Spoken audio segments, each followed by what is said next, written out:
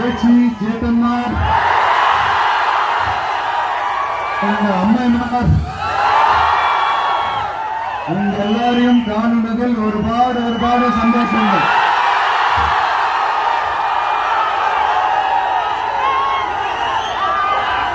இந்த பண்டிகை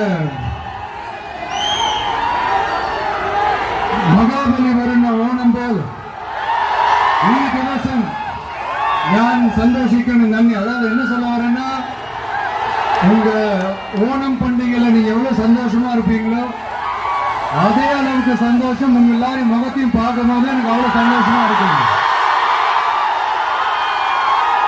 எல்லாருக்கும் கோடான கோடி நன்றிகள்.